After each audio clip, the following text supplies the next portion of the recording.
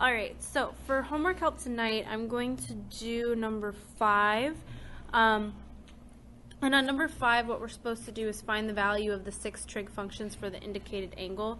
And again, remember that that indicated angle is the angle within the sign on this worksheet. So for our purposes on number 5, we're going to find the 6 trig functions for angle A. What I'm going to do is I'm going to draw that triangle in for us here and label it ABC, and then get my side lengths on there. So BC is 7, AB is 24, and AC is 25. Alright, so the first trig function that I'm going to find is the sine of angle A. Remember that the sine of an angle is the opposite side over the hypotenuse. So if I'm looking here at angle A, I can color that in for you guys so you can see which one we're talking about. Angle A, the side opposite angle A would be 7, and my hypotenuse of this triangle is of course 25. So I take 7 over 25, put that in my calculator, round to 4 decimal places, and I would get 0.2800. I'm also going to find the cosine of A. Cosine, remember, is adjacent over hypotenuse, so I look at my adjacent side to angle A, and that should be 24. Divide that by my hypotenuse, 25. Put that in your calculator, round to 4 decimal places, and you will get 0.9600. And then we need to find the tangent of A. Well, tangent is opposite over adjacent, and in this triangle, the opposite side from A would be 7. My adjacent side is 24. Round to 4 decimal places, I get 0.2917. Right?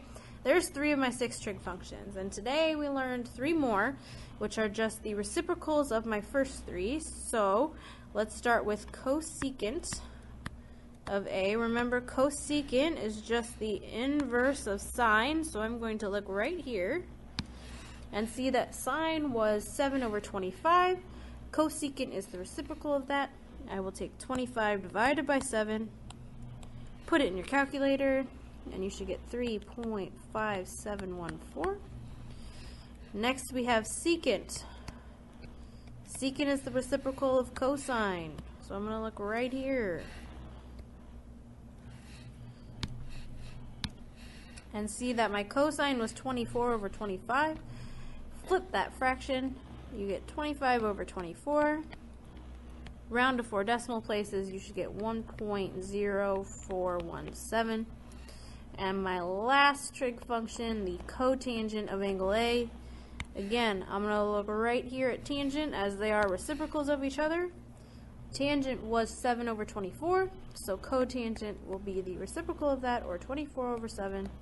Put it in your calculator, you should get 3.4286.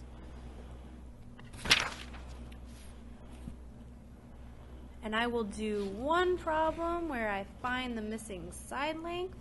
So let's take a look at number 13 on the back. I'm going to draw that triangle in for us here. There's my right angle. I know that this is 59 degrees. I know the side opposite of that is 14. And I know that this is x. So, I'm trying to find the value of x, and the first thing that I need to do is figure out how my 14, my x, and my 59 are all related. And I noticed that 14 is opposite my angle x, and I noticed, not my angle x, my angle 59, and I noticed that my x is adjacent to my angle 59. And if I use opposite over adjacent, I'm using the tangent of 59 degrees, and that would be equal to opposite, which is 14, over adjacent, which is x. And now I'm just going to solve this equation for x. So I will multiply by x on both sides. These x's will divide to 1. I am left with x times the tangent of 59 degrees is equal to 14. To get x by itself, I must divide by the tangent of 59. Divide by the tangent of 59 on both sides. And you will find that x is equal to 14 over the tangent of 59 degrees, which is approximately 8.4. Good luck with the rest of your assignment.